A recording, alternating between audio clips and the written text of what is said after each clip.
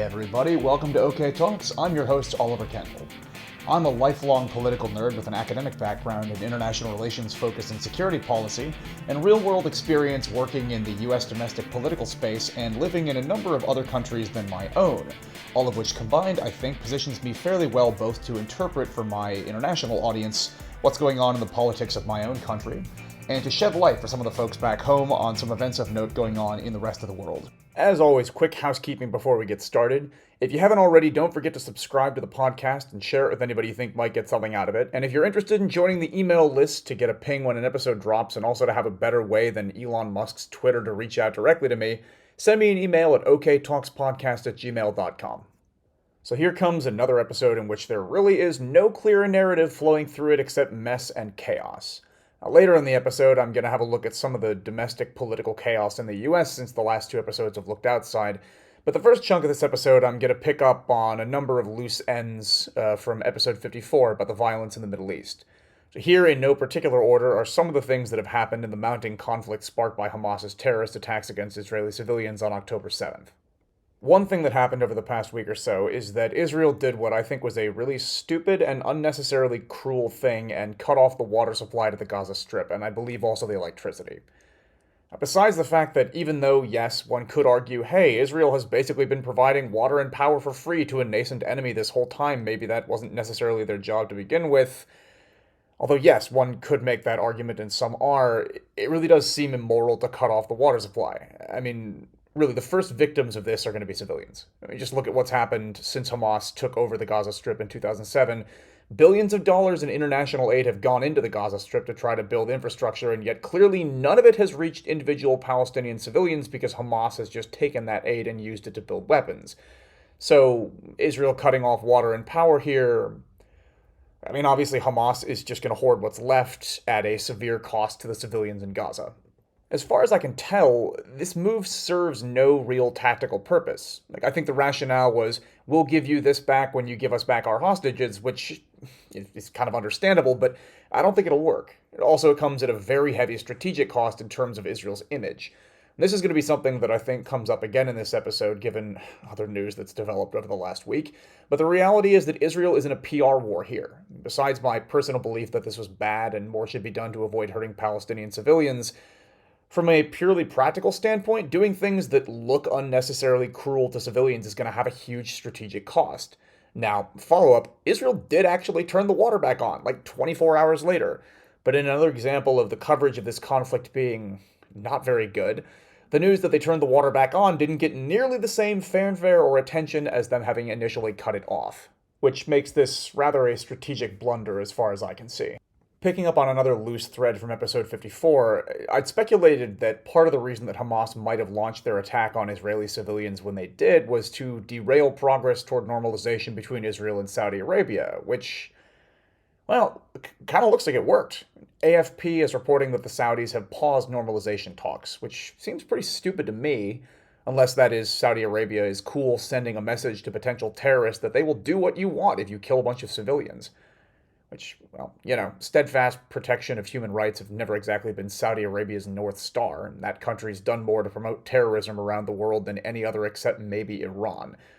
But I thought they were supposed to be out of that business now. So, yeah, this seems like a pretty weird move to me. Another thing that's happened since the last episode I put out on this is that Israel gave a very public notice calling on civilians in northern Gaza to try to move south within 24 hours, presumably in advance of a potential ground invasion. Now, let's just stipulate here that this is absolutely horrible for the individual civilians in question. Like, not to be too flip about it, but, moving sucks even at the best of times. And being told basically, hi, you need to get your family ready to leave your home within a day, or you're going to be in even greater danger than you already are, and there's a very real chance that your house might be destroyed when you get back. And that's just a tragedy on an individual level, and I wish to God that there weren't so many individual people in this horrible position, many of whom are kids who obviously aren't guilty of anything other than being in the wrong place at the wrong time. Zooming out from the sort of individual tragedies here, I could be wrong, but I don't believe that this is actually always a courtesy that a country invading a territory extends to the civilians in the area, and it would seem to demonstrate pretty clearly that although Israel is not going to be deterred from going after Hamas by Hamas using civilians as human shields, a war crime for the record, Israel's hope is to avoid civilian casualties. That's what this indicates to me, anyway. But this move to ask people to evacuate North Gaza was largely derided. I mean, okay, some of the coverage of it was just like neutrally mentioned it, but others sort of sneered at it or channeled a few NGOs that were just like, oh my God, how ridiculous. How could you even say or expect that? And like, well, this brings me back to something that I asked at episode 54, which is basically, yes, on the one hand, like, yes, it's an insane situation to basically tell several 100,000 people, hi, we need you to move now. But on the other hand, if Israel's going to put boots on the ground in Gaza to actively go after Hamas, presumably instead of just using air power, well, what should Israel do instead of giving warning to civilians that they expect fighting in a certain area and to please seek shelter away from the area that they're specifying? Like, I don't see a way that Israel can just leave Hamas in power in the Gaza Strip after what just happened. Again, nobody seriously asked the U.S. not to go after Al Qaeda after 9/11, and this attack for Israel was a lot worse than 9/11 was for the U.S. Also, I want to just point out, allowing Hamas to remain in power in the Gaza Strip, A, takes a horrible toll on innocent Palestinian civilians that they've abused both directly and indirectly by using them as human shields since the mid-2000s, and B, plays straight into the hands of the Israeli hard right, which have used the presence of Hamas in the Gaza Strip to divide the Palestinians, to undermine the validity of the Palestinian cause, and to ultimately delay or eliminate the possibility of an independent Palestinian state.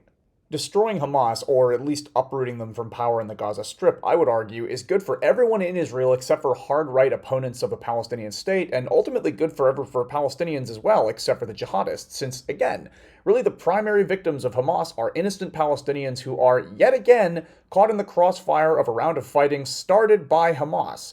So, with that being the case, yeah, Israel can't allow itself to be deterred from going into the Gaza Strip by Hamas using civilians as human shields. And I don't see what Israel can do except to ask civilians to try to get out of the areas where they're expecting combat.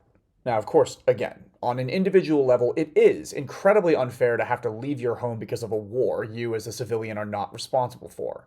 And just like in, places like Florida where there's inevitably some person who will not leave despite a hurricane that's coming, there are inevitably going to be some civilians who will refuse to move out of the way.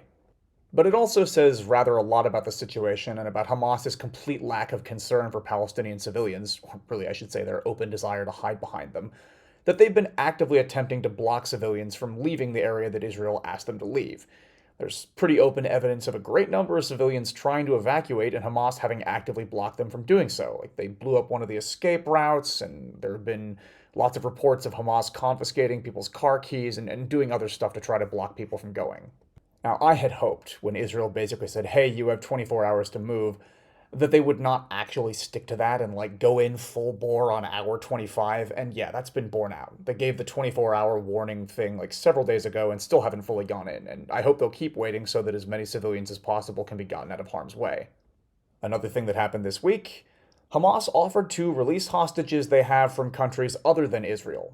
Obviously, this is good, but a lot of the coverage I've seen of this so far has been weirdly uncritical and has failed to see it as part of a broader information war that Hamas is waging here. It fails to mention the reality that letting non-Israeli hostages go is very much in Hamas's interest in order to cause other countries who have shown solidarity with Israel, probably partly because they've also got people who are kidnapped, to lose interest and move on. Now, as far as I know, nobody has been released yet, and I hope that they are, but yeah, I thought that was also an interesting tidbit from stuff that's developed in the last week that was worth sharing.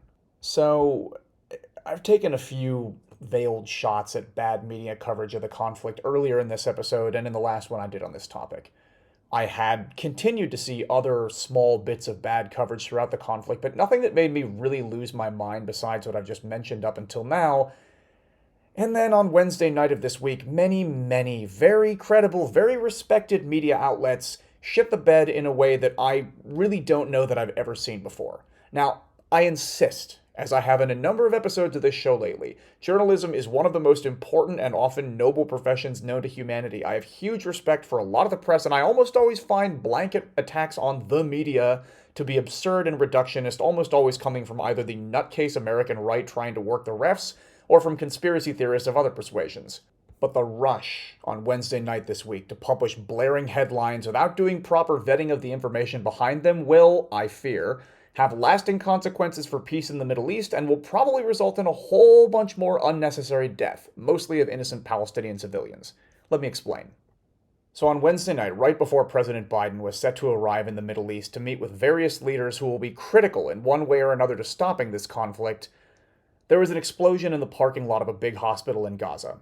Almost immediately, a whole bunch of mainstream outlets, the New York Times, BBC, CNN, Wall Street Journal, many others, all went up with headlines that were some variation of Israel bombs hospital, hundreds dead.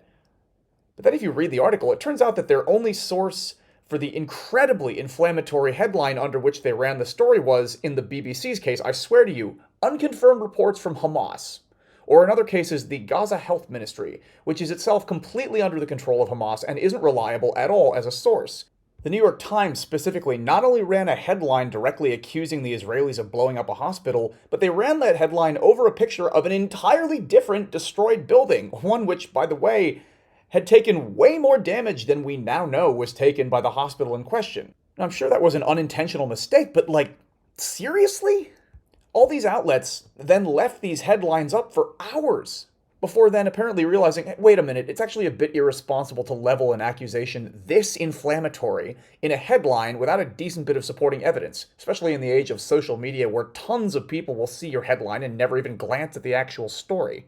Maybe part of the reason that they left these headlines up for so long was that Israel took a little while to check before officially denying that it had been them, but I kind of feel like the lack of an immediate denial from the accused party is no excuse for leaving up super inflammatory headlines making an accusation based on very shaky evidence, especially when the accused party has stated pretty frequently in the past that their policy is to specifically not do the thing that they're being accused of.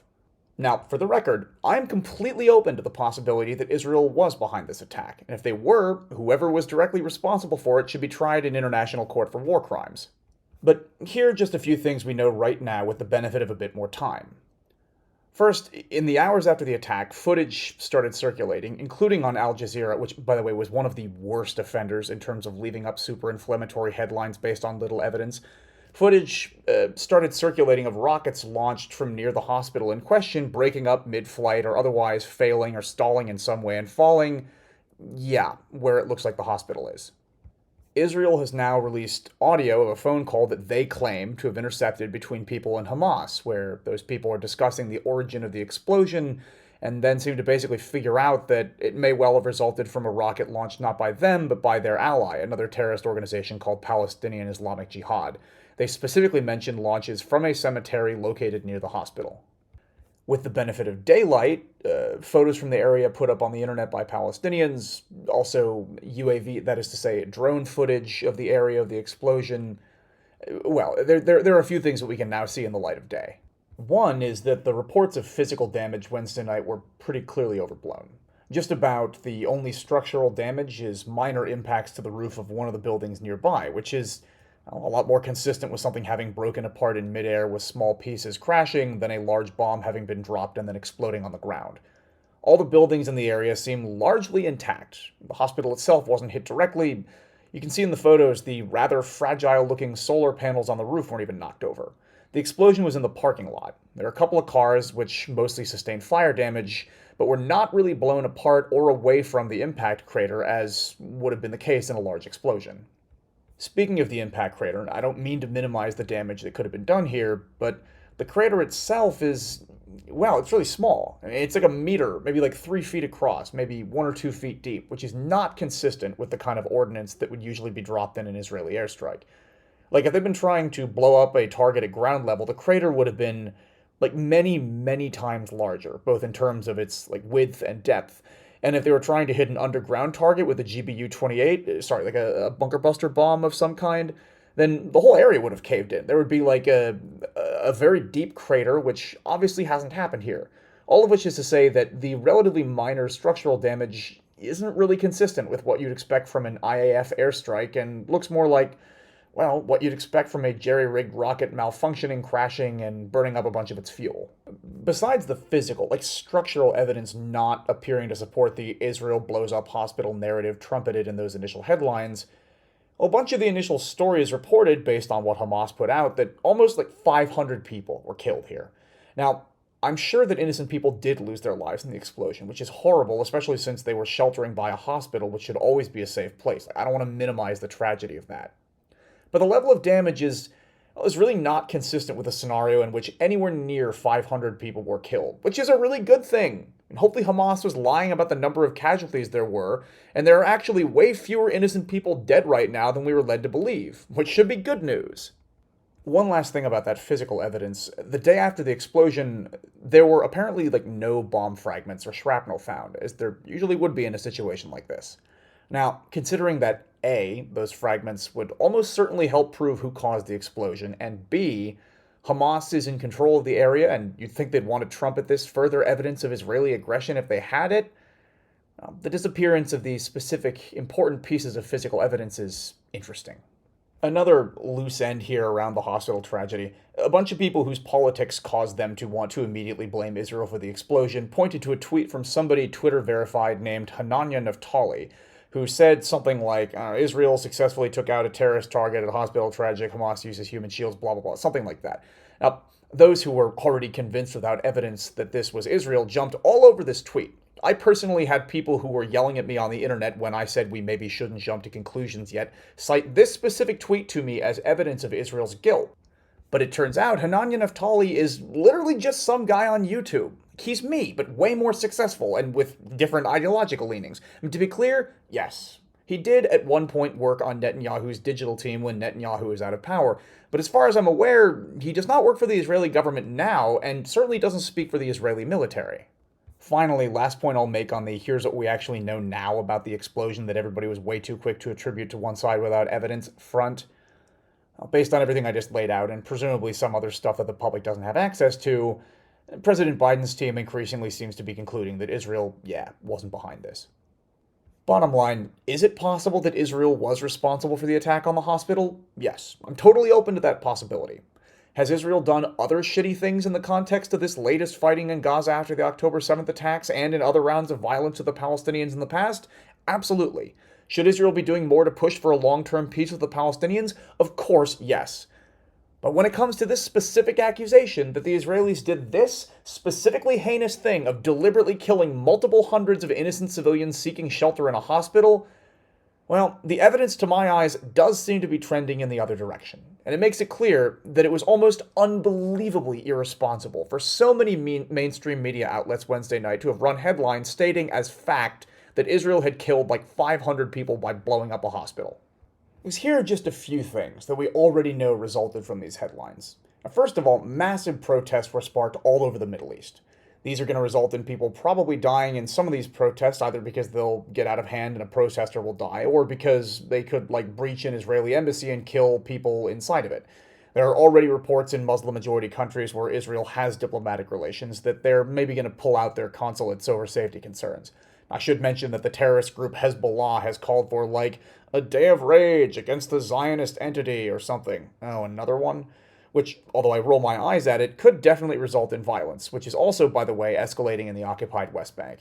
The premature headlines almost certainly gave cover to Jordanian King Abdullah and Egyptian President, Prime Minister, Admiral, Generalissimo, Pharaoh Abdel Fattah el-Sisi, not to mention the next to useless Palestinian Authority President Mahmoud Abbas, to pull out of meetings that they had scheduled with Biden while he was in the region, which is very bad. Those leaders are also now, at least to some degree, backed into a corner because they and others like the Turkish president and various others made very strong statements based on those initial reports from the attack, which will now be really hard for them to walk back now that their own people are all inflamed about it. And this obviously jeopardizes the critical role of several of these leaders as potential peacekeepers or mediators here once Israel destroys Hamas and then needs to reach some sort of agreement with the Palestinians. I said in episode 54 that, to my mind, the only path toward any sort of realistic peace deal between the Israelis and the Palestinians probably runs through the involvement of other Arab countries who are no longer openly hostile to Israel and still have some credibility with the Palestinians. Given the current situation, a situation that was made way worse by the fact that a whole bunch of major outlets took the Hamas version of events hook, line, and sinker, and have, as far as I know, not yet taken responsibility, published retractions, or in any way acknowledged that they fucked up, but rather just quietly changed the online version of their headlines. Yeah. Given that situation, and what I mentioned earlier about the Saudis basically chickening out of their own negotiations with Israel, It's a lot harder for me to imagine other Arab leaders doing anything actually constructive to help here anytime soon. The leaders of most Arab countries have, after all, spent decades dangling the plight of the Palestinians in front of their own citizens whenever they need to redirect their people's anger over their own government's incompetence away from their leaders and outward toward the Israelis. But then, despite paying lip service to the Palestinian cause, they've rarely done anything at all to actually help individual Palestinians, but rather facilitate the myth that someday Israel might simply disappear, so, why bother looking for actual solutions? In that proud tradition of political cowardice, the King of Jordan said the other day that no Palestinian refugees should end up either in Jordan or in Egypt. The president of Egypt suggested that Gazan refugees should be housed in the Negev Desert in Israel, which is not really a serious suggestion for a number of reasons. And despite his expressed deep concern for the Palestinians, he won't let anyone from Gaza into Egypt, and the U.S. had to twist his arm to even get him to allow humanitarian aid workers into Gaza via the Egyptian border.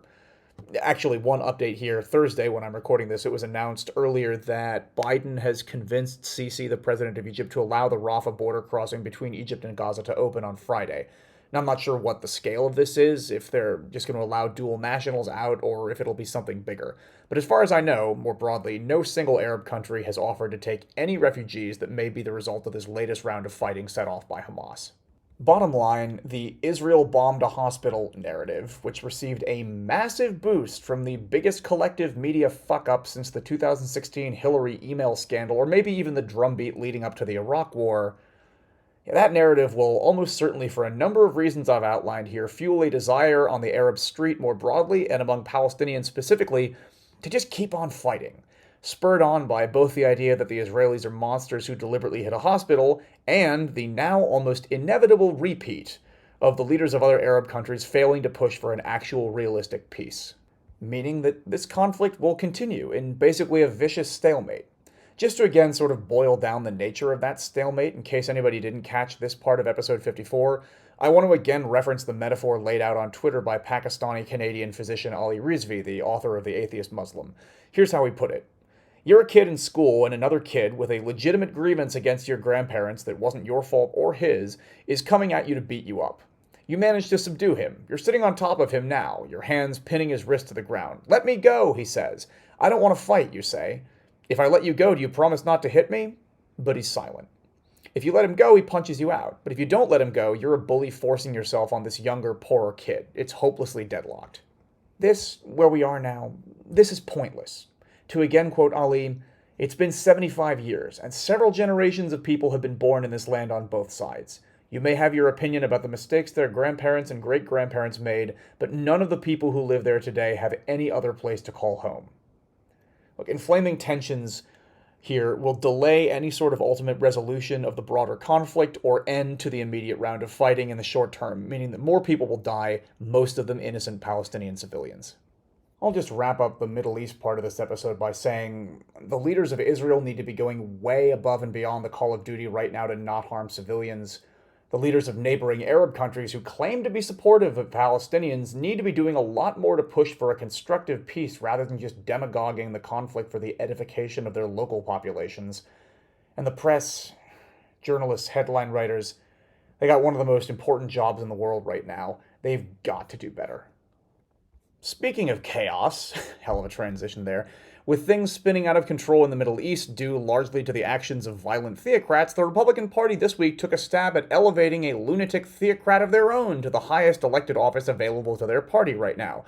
Yes, with America's strongest ally in the Middle East facing the biggest threat to its security in over half a century, another American ally in Europe still under existential threat from one of America's two primary geostrategic antagonists, the American government due again to shut down in like a month because we haven't agreed on a budget. The Republican Party has failed for almost 2 weeks now to pick anyone to be Speaker of the House after a few of their looniest members defenestrated Trump's stooge Kevin McCarthy for not being Trump's stoogey enough. They've chewed up and spit out Steve Scalise, and the new flavor of the week would really seriously appear to be Jim Jordan, spelled G-Y-M, who, it can't be said enough, is not normal. Jim Jordan has been described by the former Republican Speaker of the House and fellow Ohio Representative John Boehner as, and I quote, a legislative terrorist. I made the sort of jokey, violent theocrat comment a minute ago partially in jest, but Well, former Republican Congressman Adam Kinzinger has said in public a number of times that Jim Jordan is a straight up Christian nationalist who legitimately believes that he's fighting dark forces. The Democrats are like Satan's spawn, and defeating them in any way possible is more important than upholding American democracy. Speaking of the basic working of democracy, in like a decade and a half in the House, I don't think Jim Jordan has gotten a single piece of legislation passed, which is kind of like the first job of a House Speaker. He's also, like right now, actively in contempt of Congress because he refused to testify before the House January 6th committee, which issued him a lawful subpoena to do so. And why would that committee have asked for testimony from Jim Jordan? Well, that would be because he was more smack in the middle of the machinations around the January 6th insurrection and the general attempt by Trump and his goons to overthrow the legitimate results of the 2020 presidential elections than perhaps any other member of Congress, to the point where Jordan apparently asked Trump's people to preemptively issue him a presidential pardon. Now, just to be clear, the only reason to want a pardon and ask for a pardon is because you think you probably committed a crime. There's a lot more that could be said about Jim Jordan. I could go into the fact that it's widely believed that he covered up widespread sexual abuse of student athletes when he was an assistant wrestling coach at Ohio State back in the day, for example. That's why I spell his name GYM. Which, to be fair, I guess sets him one level better than former Republican Speaker of the House Dennis Hastert, who diddled kids personally. I could also mention that if Jim Jordan became the Speaker of the House, America should be actively worried that he will make serious moves after the 2024 election to do what the House Republicans failed to do in 2020, of basically trying to rig the certification process to just give Donald Trump the presidency even if he loses. In any case, just to look at one thing around Jordan's bid for the speakership, it appears that about 20 Republicans who have, up until now, been able to countenance a whole lot of crazy on behalf of their party have finally decided to draw a line at making this man third in line to the presidency. Which is, of course, leading to more hilarious scenes like we saw in January, in which all 212 Democrats walk out onto the floor and vote for Hakeem Jeffries to be the Speaker. And then a number of Republicans go out and vote for, randos in their caucus or other people who've retired or something. But unlike last January, when most of the holdouts were extreme right lunatics along the lines of Jordan himself, this time the holdouts are largely the less crazy Republicans. Also unlike January, as far as I'm aware, and quite predictably at this point, realistically I would say, given the nature of the American far right, a bunch of those holdouts are reporting that they, their staff, and sometimes even their families are receiving death threats and harassment and pressure to get behind Jordan, including from high-profile extreme right media figures like Fox's Sean Hannity. Now, this says a lot about, A, as I say, the moral character, or lack thereof, really, in the far right in America, and B, the extent to which the Republican Party at this point is in a lot of ways just sort of a reflection of their crazy media figures rather than voters themselves, meaning that C, they're a group of people whose first, second, and third priorities are to engage in a crazy off to entertain Fox viewers and then to raise money from online donations. Governing responsibly doesn't make the top 10. Which brings me back to my point about chaos. The American government is not really able to do anything right now, with much of the world on fire, and our own country hurtling toward another government shutdown in a month. In most modern democracies, you probably wouldn't see a situation where one party has the executive and the upper legislative chamber, but another party in one chamber of the legislature with a tiny, seriously, 4-seat majority in a House of 435 members can just derail the whole enterprise. I've heard people say, America is a Ferrari, how can you treat it this way? No. I mean, the country, yeah, maybe. But with our almost uniquely structurally flawed form of governance when compared to other modern democracies, America's government, at least, is more like an aging Toyota Tercel designed specifically for driver's ed so that the driver and the passenger seat both have their own steering wheel and brake. And if you let today's banana Republicans have even one seat in the car, they will suddenly and without warning jerk the steering wheel and spin the car into the wrong lane right when there's a ton of oncoming traffic. I keep hinting at the idea that this wouldn't be happening in most other modern democracies. Let me clarify what I mean. In most other countries with a parliamentary system, which, to be clear, America does not have, but our legislators more and more act within their parties as though we did, in most other modern democracies, in a situation where there's a divide this narrow between two major political blocs, probably you'd be seeing a situation wherein a coalition would be formed of a bloc cobbled together of those closest to the center. They'd pick some sort of consensus leader, work out a power-sharing agreement where they, trade off committee chairmanships or something. But instead, we see one party with a hairline majority, ironically the party that is way more in disarray at the moment, basically putting up more and more and more radical candidates to be Speaker of the House. First Kevin McCarthy, the soulless hack who would cater to whatever the extremists wanted. Then Steve Scalise, the self-described David Duke without the baggage. Then they moved on to Jim fucking Jordan, who was basically like if Marjorie Taylor Greene learned to read and somehow had an even more shrill voice. But it looks like he's going to flame out too. And literally, who's left that's crazier for them to pick than Jim Jordan? Quick update to just slip in here. Earlier today, they announced that Jim Jordan, after several failed votes, is going to give up on being speaker for now, and is going to get behind the idea of giving Patrick McHenry, the guy who's been like the symbolic sort of powerless speaker, in the short term at least, some actual powers through January. But then Jim Jordan changed his mind and wants to try again. So, I mean, as much as I've been sort of laughing here watching the Republicans prove day after day after day that they do not have their shit together and are not ready to govern, and as much as I'm also metaphorically stroking my mustache and rubbing my hands together while giggling at the predicament this creates for Republicans in districts that Biden won, who we now may probably have a much easier time beating in 2024 and thus taking back the House, we don't have time for this right now. It's time for some number of the few remaining responsible-ish Republicans to come to the Democrats, make a deal, and pick some consensus candidate to run the House of Representatives. I mean, for comparison, look at Israel. I mean, Israel spent much of this year in massive turmoil, with like a quarter of their population out protesting as the extreme right, authoritarian, like borderline fascist administration under Netanyahu set about trying to shred Israeli democracy. But then in the face of this crisis Israel's up against now, even Benjamin Netanyahu, who I've described before as one of the single worst people in elected politics anywhere in the world, and I stand by that, even he had the common sense to at least temporarily get rid of his nutcase extreme right coalition and quickly form a unity government with a bunch of his main political opponents being brought into the administration.